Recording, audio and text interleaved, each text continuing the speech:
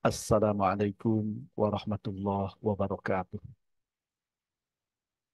Wabarakatuh. Alhamdulillah, sallallahu ala rasulillah wa ala alihi wa sahbihi wa wala hawla wala quwwata illa billah.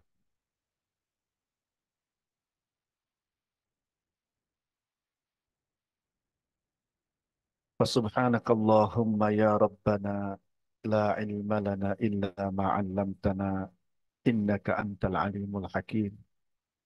Rabbana zidna ilma warzuqna fahma birahmatika ya arhamar rahimin.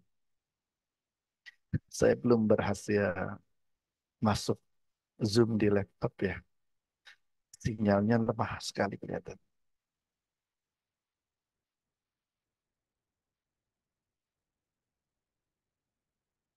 Saya sudah tethering pakai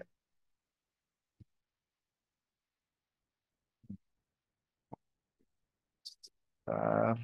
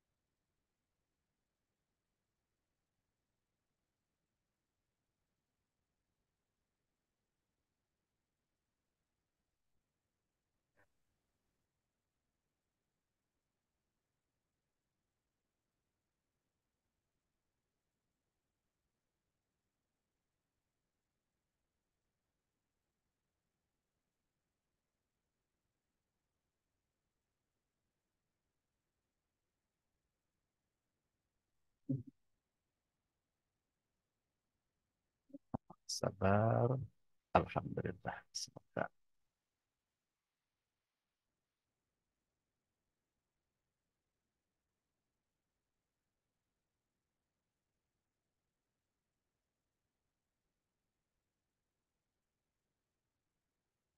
Alhamdulillah. Bisa.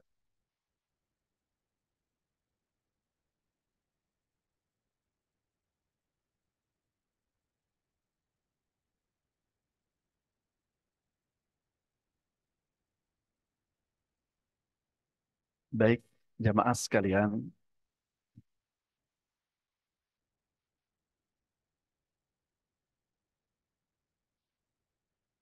pagi hari ini kita masih melanjutkan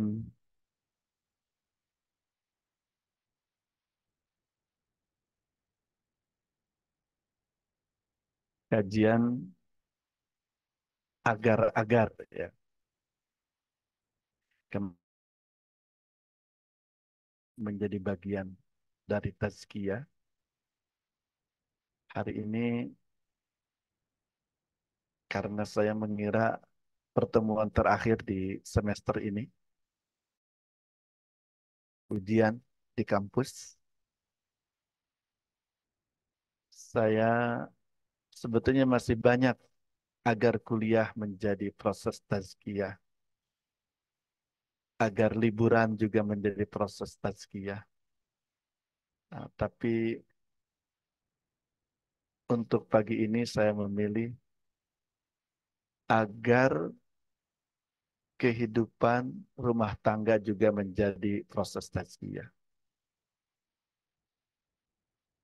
Hal ini karena di pekan yang lalu ada beberapa peserta yang sebelumnya banyak konsultasi kehidupan rumah tangga.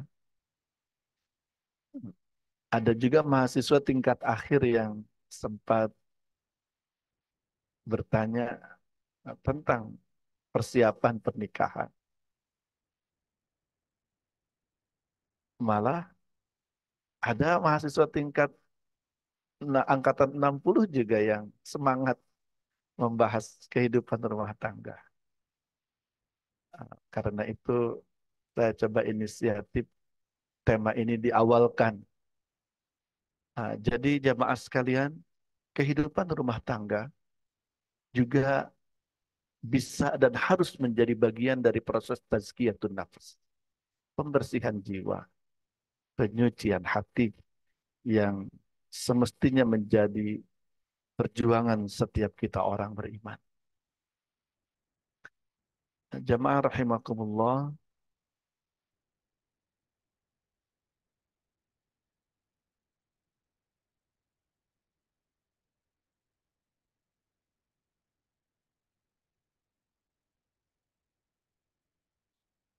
pertama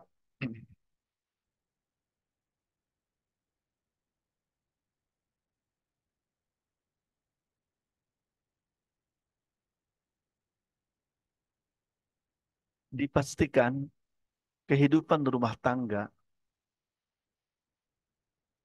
di dalamnya ada suami, ada istri, ada putra-putri, dan seterusnya. Dengan semua kegiatan, dengan semua aktivitasnya,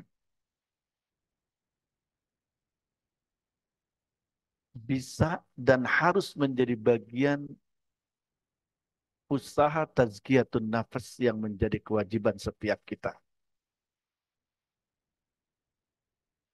Dulu mungkin banyak orang yang lebih fokus tazkiyatun nafas itu hal-hal yang dibahas sebagai ummahatul wasail, wasilah-wasilah pokok, wasilah-wasilah utama. Saya pernah menggarisbawahi dan menjadi kesimpulan kita itu wasilah-wasilah atau sarana utama membersihkan jiwa.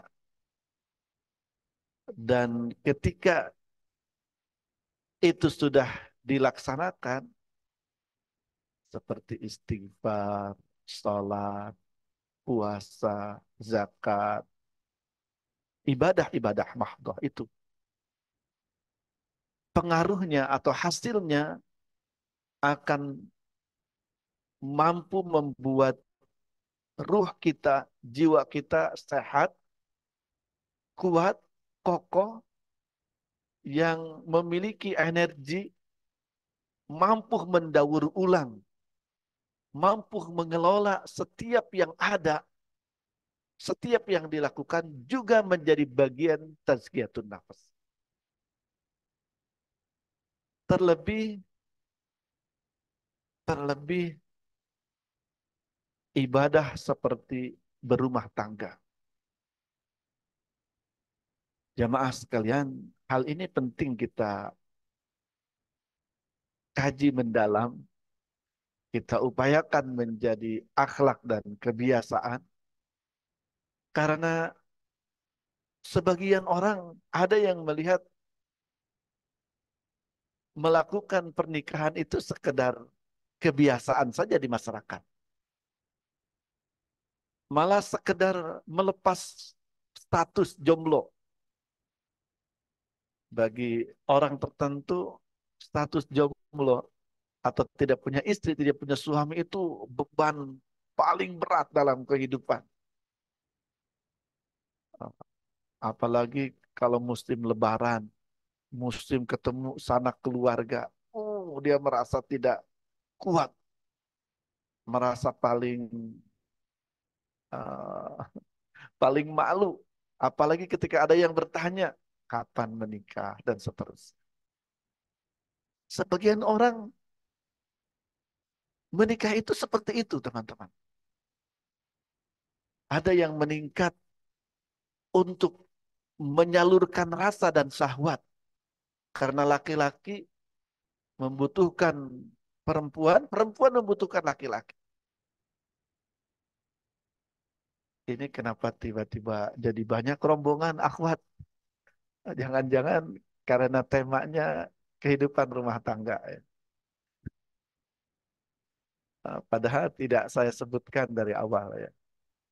Baru saja dibilang begitu langsung banyak yang datang. teman-teman sekalian,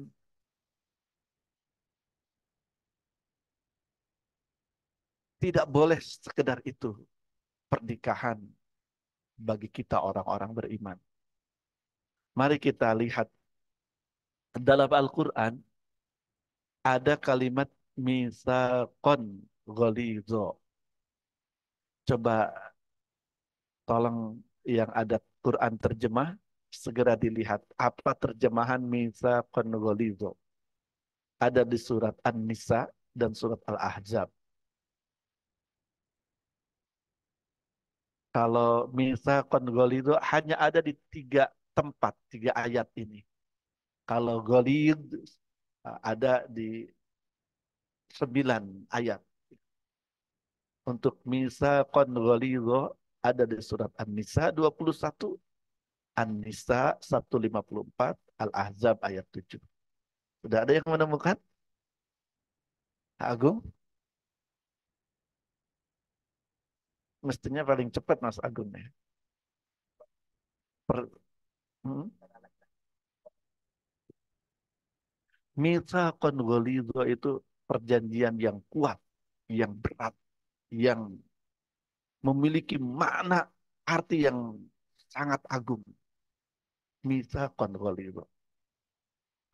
Kalau dicermati dari 3 ayat yang ada, Mitsaqon ghalidho pertama di surat An-Nisa ayat 21 itu tentang janji dan sumpah setiap pernikahan itu sendiri. Tentang akad nikah, teman-teman. Mitsaqon ghalidho itu. Perjanjian berat, perjanjian agung. Mitsaqon ghalidho. Perjanjian dan sumpah nikah. Dan itu ketika akad nikah. Kalimatnya ringan, teman-teman. Kalimatnya ringan.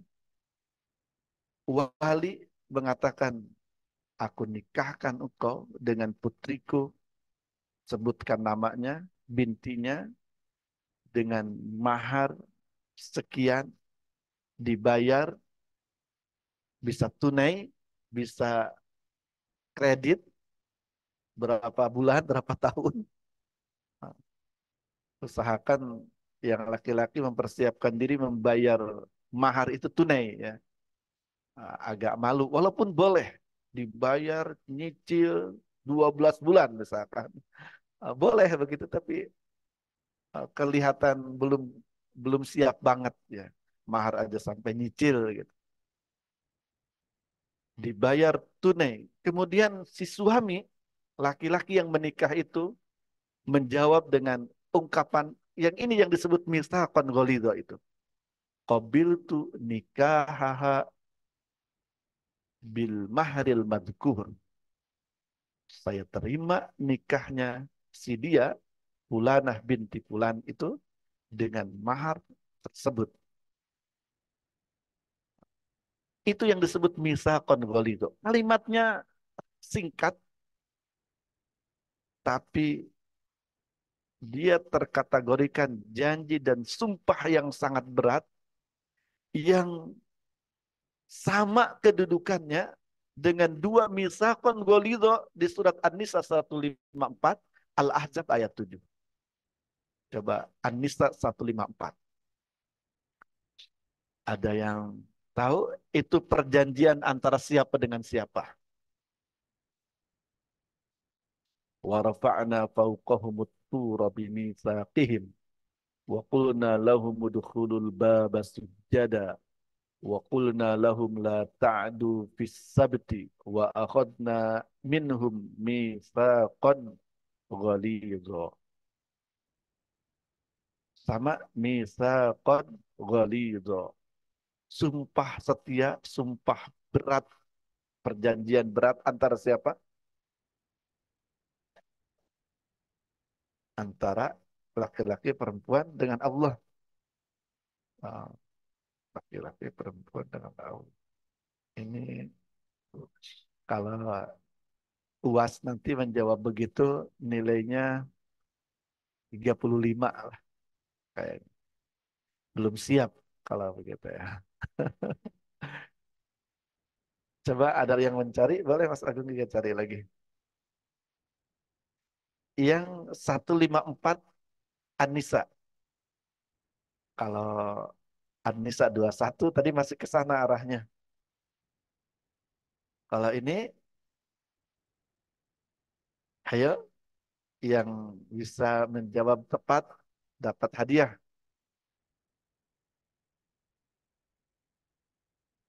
Satu,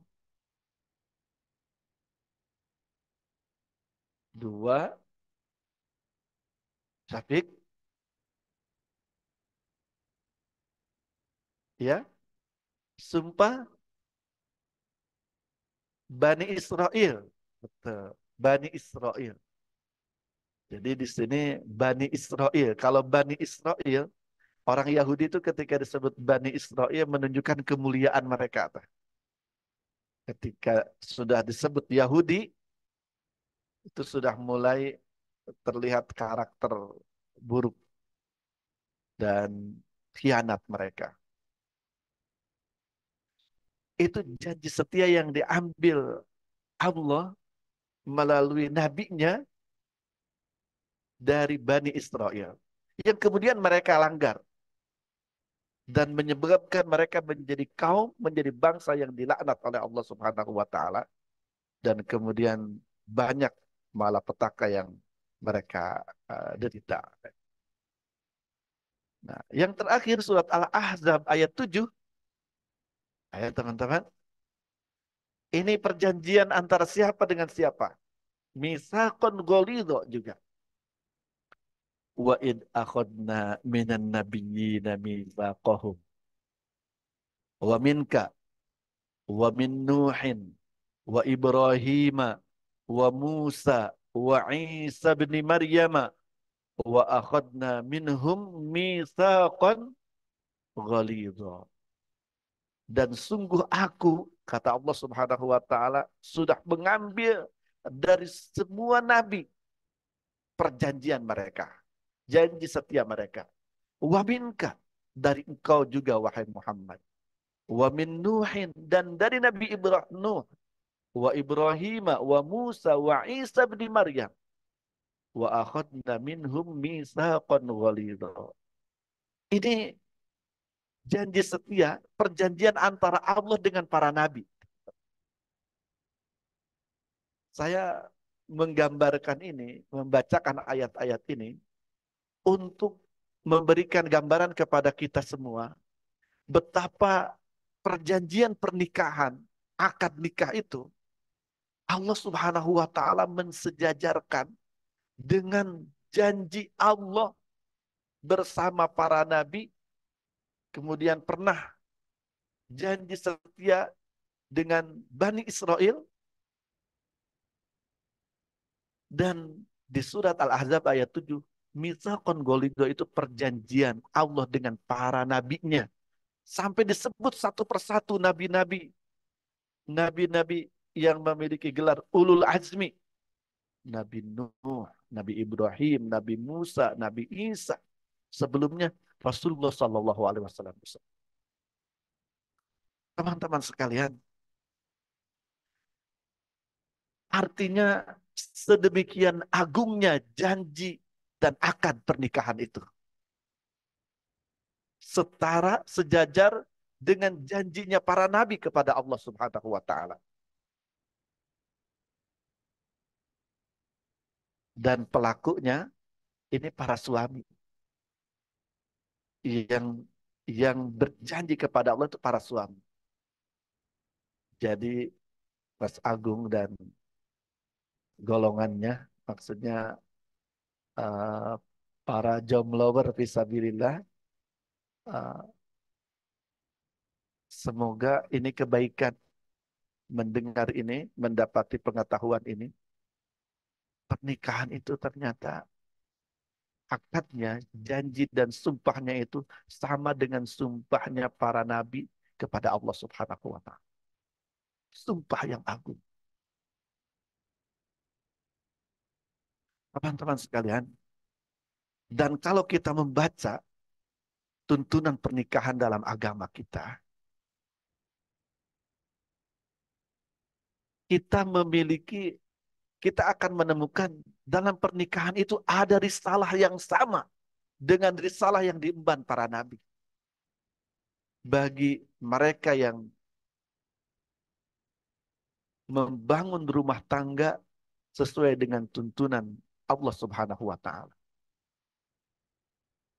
Pernikahan itu ringannya teman-teman, atau ini yang sering saya sampaikan, ringan mudahnya kita memahami, membangun rumah tangga, kehidupan suami, istri dan putra-putri itu sama, merupakan bagian perjuangan membangun peradaban bagi orang-orang beriman.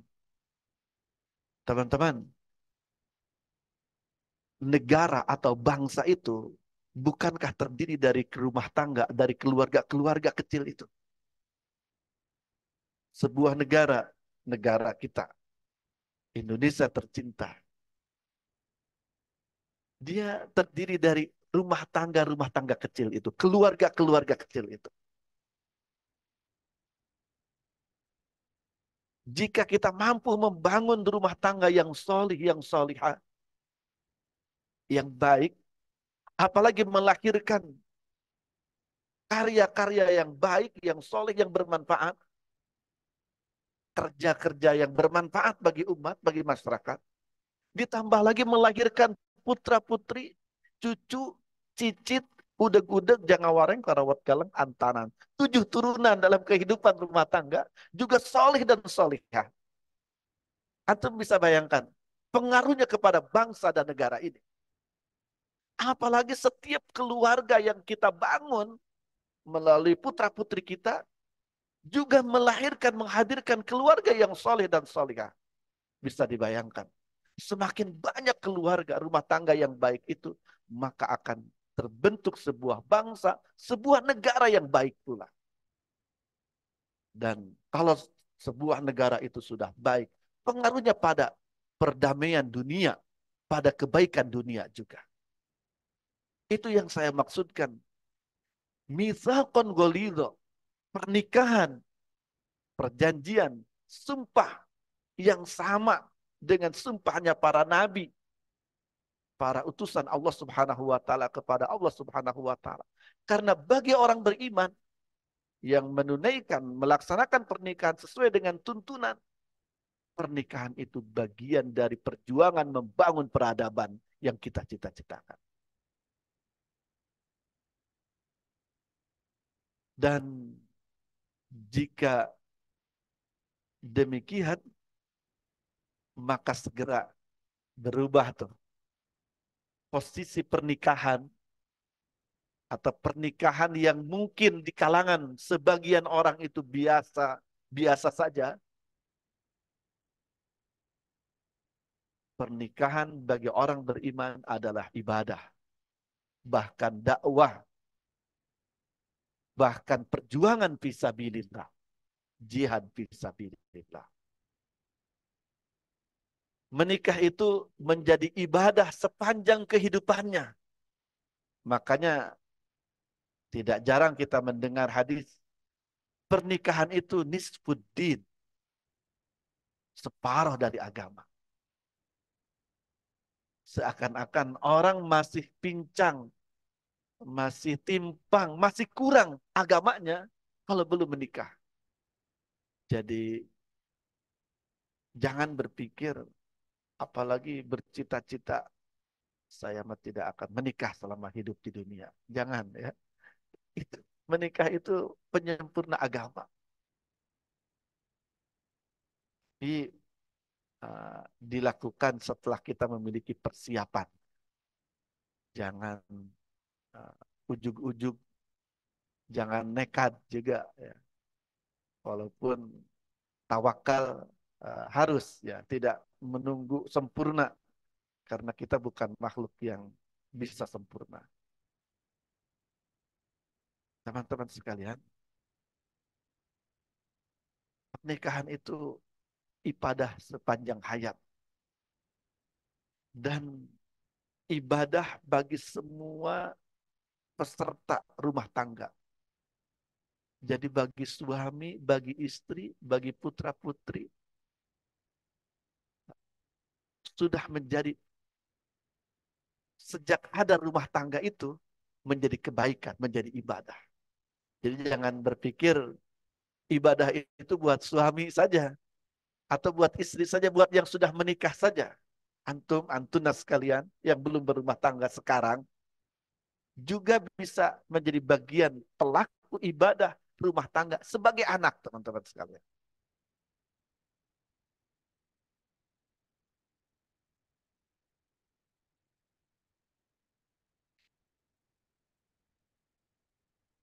Dan karena ibadah,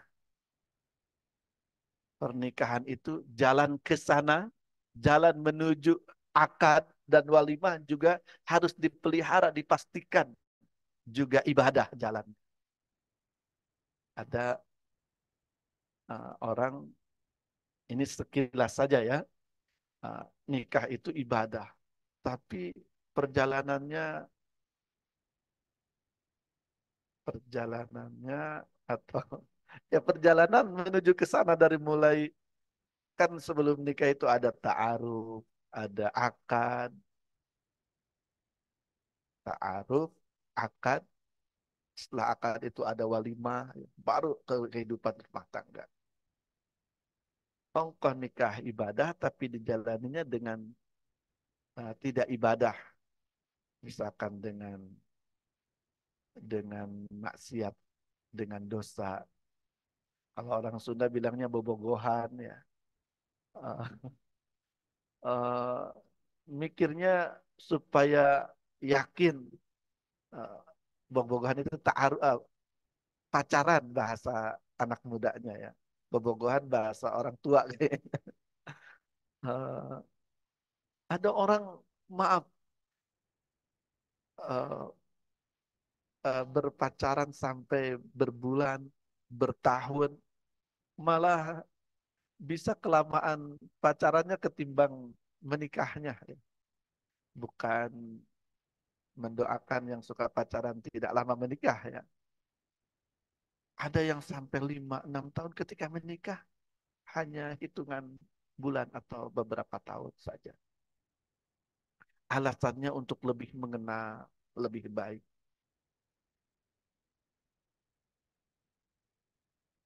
Ada juga yang salah kaprah ketika akad, ongkoh ibadah, tapi akadnya tidak sesuai dengan tuntunan. Ketika walimah juga, eh, karena dia ibadah dan untuk semua orang, apalagi ibadah yang agung tadi, yang perjanjiannya disamakan dengan perjanjian para nabi karena memang memiliki misi yang sama, harus dikemas, harus dipersiapkan sebaik mungkin, seibadah mungkin. Teman-teman sekalian, lihat ada hadis riwayat Imam Tabrani. Ini keagungan pernikahan, dan kemudian pernikahan itu benar-benar menjadi proses tazkiyatun nafs, pembersihan jiwa. Seakan-akan pernikahan itu senjata pamungkas. Kalau teman-teman melihat pertarungan seru di film laga, ada senjata pamungkas yang dengannya baru selesai, tuntas pertarungan itu. Pernikahan itu senjata pamungkas untuk membersihkan dosa. Dan ini yang berkaitan bahwa pernikahan itu menjadi bagian proses tazkiyatun nafs, pembersihan jiwa secara total. Kalau pernikahan itu sukses dikemas, dilakukan sebagai ibadah kepada Allah Subhanahu wa taala. Sesungguhnya di antara dosa-dosa ada yang tidak bisa dihapuskan, tidak bisa dibersihkan. Dengan pahala sholat, dengan sedekah atau haji, namun hanya dapat ditebus dengan kesusah payahan dalam mencari nafkah. teman-teman sekalian, para suami secara khusus memberi nafkah, mencari maisah untuk bisa menghidupi Aisyah dan anak-anaknya, itu ibadah yang luar biasa. Saya pernah temukan setiap tetes keringat atau setiap jerih payah yang diderita dalam perjuangan itu ibadah dan menjadi penggugur dosa. Penggugur dosa dan pengangkat derajat kemuliaan. Masya Allah. Sedemikian agung dan hebatnya kehidupan rumah tangga bagi proses tazkiyatun nafs, pembersihan jiwa. Karena itu persiapkan sedini mungkin, sebaik mungkin teman-teman. Ini saya katakan seperti ini karena di hadapan saya para mahasiswa-mahasiswi yang belum menikah ya. Nah, beruntung nggak ya belum menikah sekarang? Semoga beruntung sebelum menikah mengetahui hakikat pernikahan ini, peran penting pernikahan ini, kesucian dan keagungan pernikahan. Sehingga saya berharap tertantang untuk terus membekali diri dan ketika memasuki kehidupan rumah tangga itu terasa menikah itu sebagai kebutuhan, bahkan hajat darurat. Saya membayangkan anak muda yang menikah yang terbaik itu ketika dalam kondisi kesadaran dia sangat butuh seorang suami, dia sangat butuh seorang istri karena sedang dalam kecamuk perjuangan perbaikan diri dan perbaikan lingkungan masyarakat. Artinya pertemuan mereka berdua itu pertemuan perjuangan perbaikan diri dan lingkungan. Pertemuan dakwah, pertemuan ibadah. Kalau kedua laki-laki perempuan bertemu dengan dalam kondisi seperti ini dengan hubungan yang baik kepada Allah Subhanahu wa taala, dari pertemuannya, dari kebersamaannya akan melahirkan banyak kebaikan. Pasti pertemuannya ibadah, pasti pertemuannya dakwah. Dan yang menjadi proyek pertama, proyek besar pertama dakwahnya, kedua rumah tangga, kedua keluarga besar. Bagi seorang da'i, pernikahan itu bukan hanya bertemu pengantin laki-laki dan perempuan saja, tapi pertemuan ayah, ibu, dan keluarga besar dari kedua belah pihak.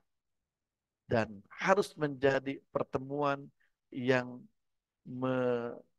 memasukkan, mensinergikan kedua rumah tangga, kedua keluarga itu dalam sibghatullah, dalam celupan Allah Subhanahu wa taala. Teman-teman sekalian, saya awali pernikahan itu menjadi ibadah bagi siapapun yang berada dalam naungan kehidupan, bagi anak misalkan. Nih, antum-antuna sekalian perhatikan surat Al-Isra ayat 23-25. Ada ayat yang rasanya mirip dengan tadi. Saya sering membaca ayat ini dalam sholat juga sebagai pengingat. Wa qada rabbuka alla ta'budu illa iyyahu wa bil walidaini ihsana. Ini ayat tentang kewajiban birrul walidain, berbuat baik kepada kedua orang tua, kepada ibu dan ayah tercinta. Dan uniknya teman-teman, perhatikan birrul walidain atau ihsan, berbuat baik kepada kedua orang tua itu disebutkan setelah perintah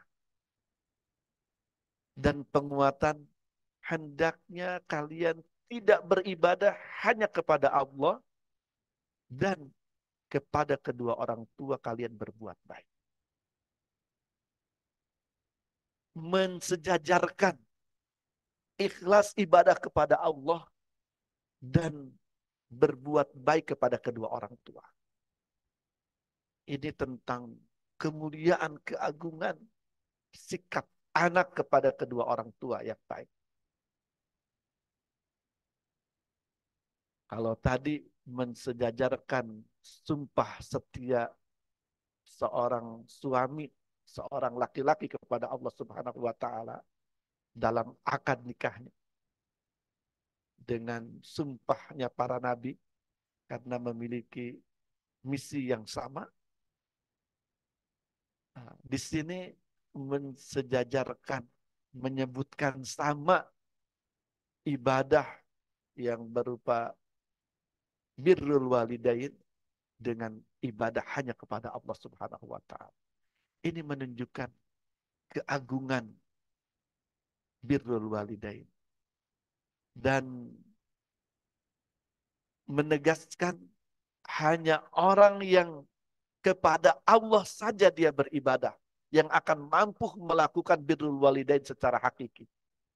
Artinya sikap baik kita kepada kedua orang tua itu menjadi cerminan baiknya, kuatnya ibadah kita kepada Allah Subhanahu wa taala. Teman-teman sekalian, sampai dirinci imma yablughanna indakal kibar ahaduhuma aw kilahuma. Ketika kedua-duanya ibu dan ayah atau salah satunya sampai usia sepuh al-kibar, jangan sampai engkau mengatakan kata-kata yang membuat hatinya terluka. Dicontohkan dengan kata kalau dalam bahasa kita. Kata-kata saja tidak boleh, apalagi yang lebih menyakitkan dari itu. Wala tanharhuma wa qul lahuma qawlan karima. Jangan membentak mereka dan selalu jaga, katakan hanya kata-kata yang mulia dan memuliakan mereka berdua. Dan bersikaplah rendah hati kepada keduanya dengan penuh kasih sayang dan berdoalah selalu dengan doa ungkapan Rabbirhamhuma kama rabbayani shaghira. Teman-teman sekalian, ini disebutkan orang tua dalam waktu khusus, yaitu ketika mereka sudah usia lanjut. Usia lanjut itu 40, 50, 40 itu ada dalam Al-Quran kan. Usia 40 itu usia yang kita dipesankan untuk membaca doa Rabbi auzi'ni an ashkura ni'mataka allati an'amta alayya. Nanti kalian kalau sudah jadi ibu, ayah, jangan lupa tuh. Jangan sampai tidak pernah membaca doa itu. Apalagi kalau usianya sudah 40 tahun. Usia 40 tahun itu sudah beda dengan sebelumnya. Tapi bukan berarti doa itu dibaca ketika usia 40 tahun saja. Boleh membaca doa dari sekarang. 50 tahun, lolita bahasa ibu-ibu sekarang. Lolita itu lolos 50 tahun. Lolita. 60 tahun, apalagi kalau sudah 70 tahun. Ingat kata Rasulullah SAW, usia umatku kebanyakan hanya sampai 60-70 tahun saja. Sedikit sekali yang melampauinya. Jadi kalau sudah 50 tahun itu, kalian sebagai anak harus waspada. Dan sudah mulai masuk usia yang diingat di surat Al-Isra.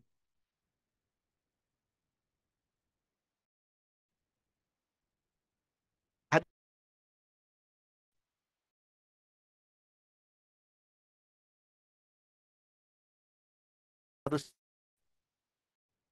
jangan berkata yang menyakitinya,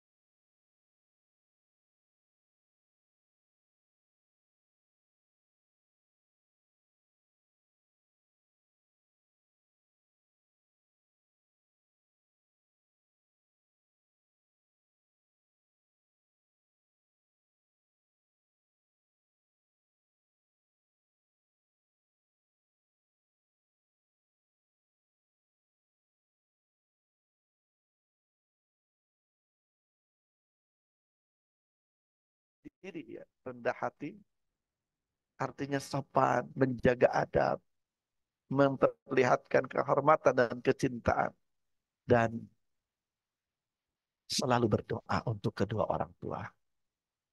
Teman-teman, Ibnul Qayyim al-Jauziyah ketika ditanya oleh muridnya, jadi zaman dulu orang yang memiliki kesungguhan ingin membangun kesolihan, kadang dia mendatangi orang yang dia yakini bisa memberikan arahan, guru kepada murid, ngobrolnya atau pertanyaannya itu saya menemukan murid Ibnu Taimiyah bertanya, wahai Syekh, wahai Imam,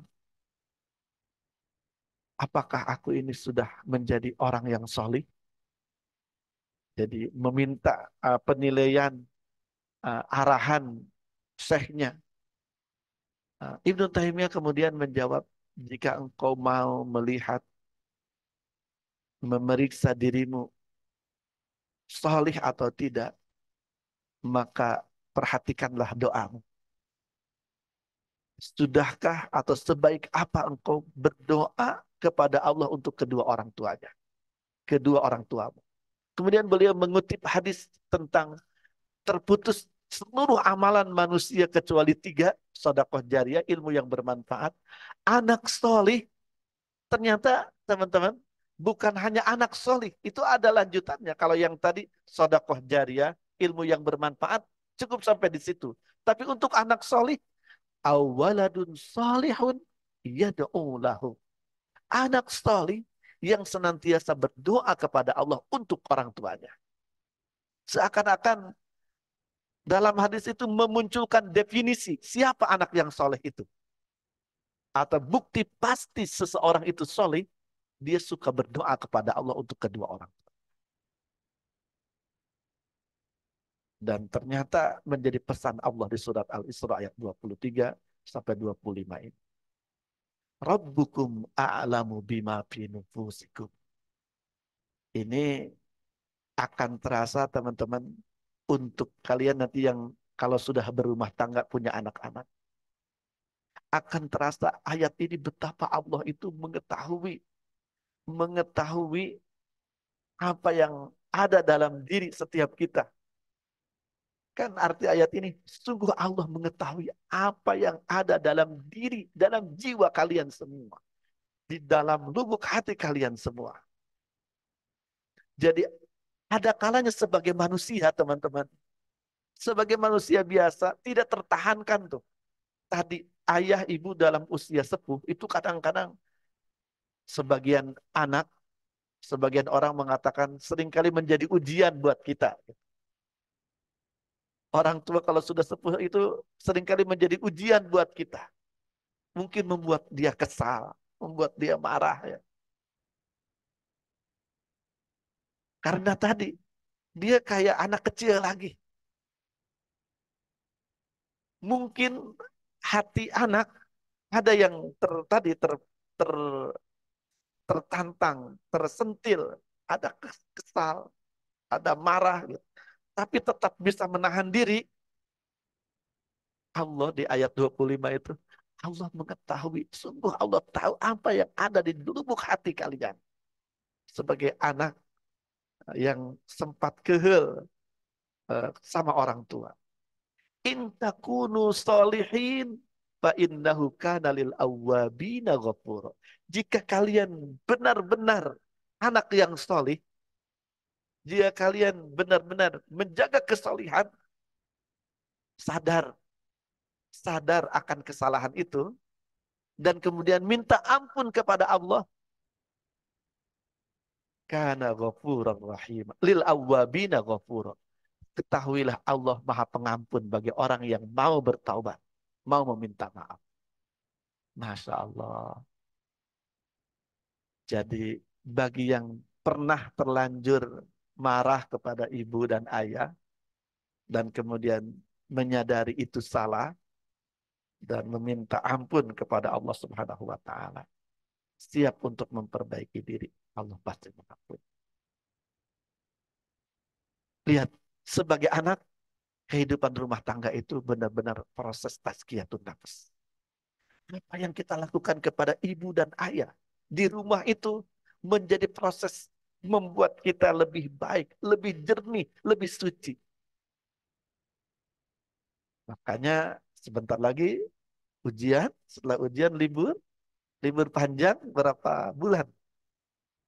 Sebulan lebih. Wah, pulang kampung bisa buat program upgrading, updating, eh, kursus atau apa. Tapi jangan lupa mampir ke rumah ayah, ke rumah bunda tercinta. Eh, Usahakan liburan benar-benar menjadi proses pensucian, pembersihan jiwa. Ya, mudah-mudahan salah satu berkahnya membuat kita lebih cepat, lebih cekat siap untuk punya istri atau suami. Jadi pulang ke rumah ketika liburan, eh, walaupun tidak harus selama liburan berada bersama orang tua, teman-teman. Kadang waktu singkat itu membuat hubungan lebih lebih padat, lebih kuat. Malah terlalu lama eh, bisa jadi membuat hubungan menjadi membosankan. Makanya dalam istilah Arab ada istilah at-tagrib, zur, eh, atau kunjungi orang-orang tercinta itu di waktu-waktu tertentu. Jadi harus dikelola juga waktu supaya yang tumbuh itu cinta, kasih sayang. Eh, Supaya tidak, kalau istilah kami orang Sunda, terlalu dekat itu jadi bau gitu. Kalau jauh bisa menjadi wangi. Jadi kelola itu dengan baik. Kedua orang tua itu kunci masuk surga seorang anak. Dalam hadis yang terkenal kan, Rogima anfu rajulin adraka indahu abawahul kibara falam yudkhilahul jannah. Sungguh malu, rugi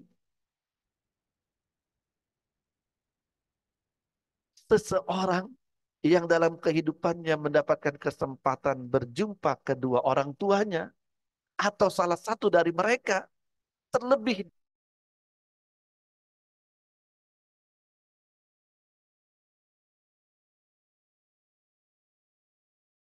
walidaini dinun wadainun.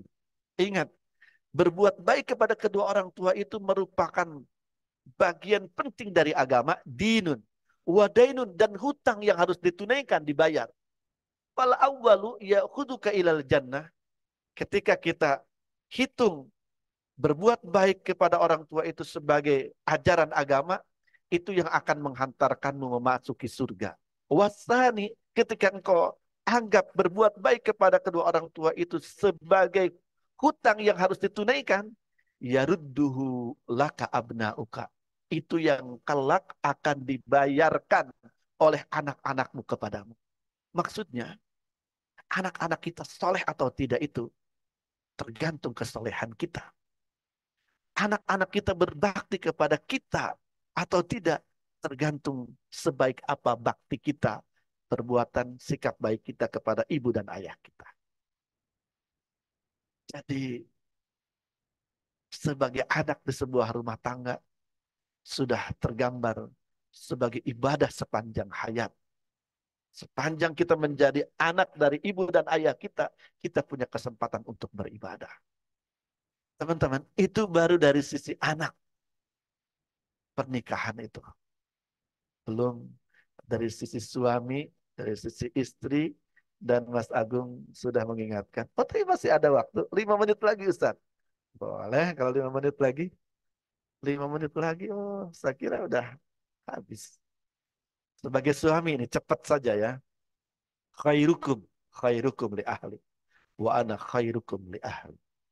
Ingat, sebaik-baik kalian adalah orang yang terbaik sikap dan perbuatannya untuk istrinya.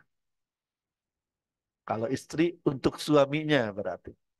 Dan kemudian kata Rasulullah SAW, aku sebaik-baik kalian terhadap istriku.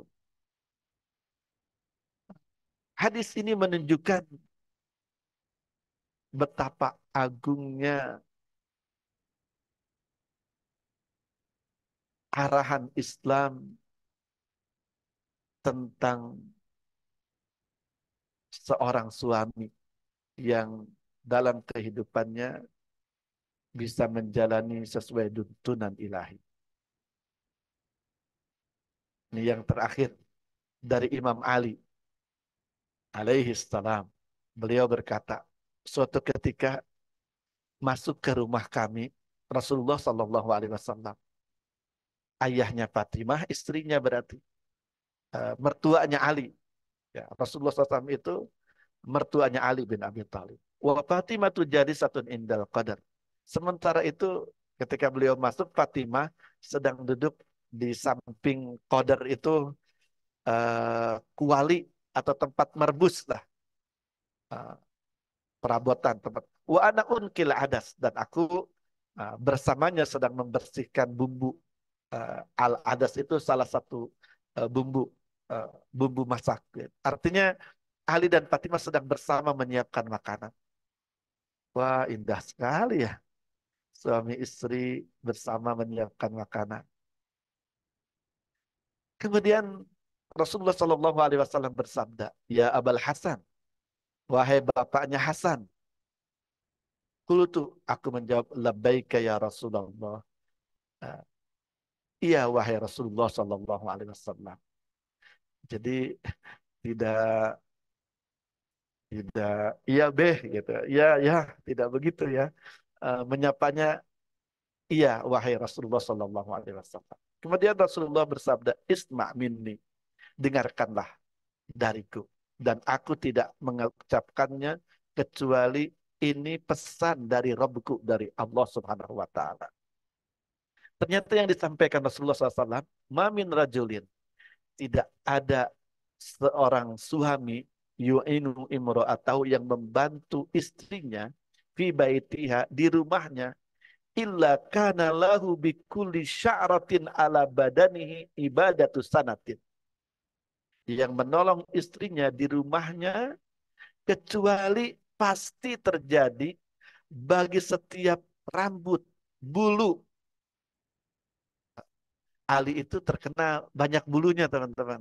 Ah, dan kita juga, walaupun kita lembut-lembut bulunya orang Indonesia ya, rambutnya banyak, kemudian ah, yang jenggotan, yang kumisan, bulu semua dalam tubuh, kecuali bagi setiap bulu yang ada dalam tubuhnya akan menjadi ibadah 1 tahun penuh. Masya Allah, teman-teman. Ini untuk suami. Tentunya untuk istri yang mampu mengkondisikan suaminya berbuat seperti itu, berarti istri yang cantik, cerdik, solihah. Sama tuh kedua-duanya, bukan hanya suami saja. Istri juga mendapatkan pahalanya. Untuk setiap bulu yang ada dalam tubuhnya, ibadah 1 tahun. Siyamu nahariha wa qiyamul lailiha. Siang harinya puasa, malamnya qiyamul lail. Wa a'tahu Allah Ta'ala binas tawabi misla ma a'tahu sabirin. Dan Allah pasti memberikannya kepadanya pahala yang besar sebagaimana yang Allah telah berikan kepada mereka, orang-orang yang sudah diakui sebagai orang-orang yang penyabar. Menyebutkan Dawud an-Nabi, Nabi Dawud alaihissalam, Nabi Yakub, dan Nabi Isa alaihimussalam. Subhanallah. Teman-teman sekalian, ini yang saya maksudkan. Pernikahan itu bagian dari tazkiyatun nafs, pembersihan jiwa dari noda-noda dosa. Baru dari segi anak dan suami, istri, dan waktunya sudah habis ya. Semoga masih ada waktu ke depan. Semoga Allah mengampuni kesalahan, memberikan keberkahan sehingga ada kemanfaatan. Wallahul muwaffiq ila aqwamit thariq. Wassalamualaikum warahmatullahi wabarakatuh.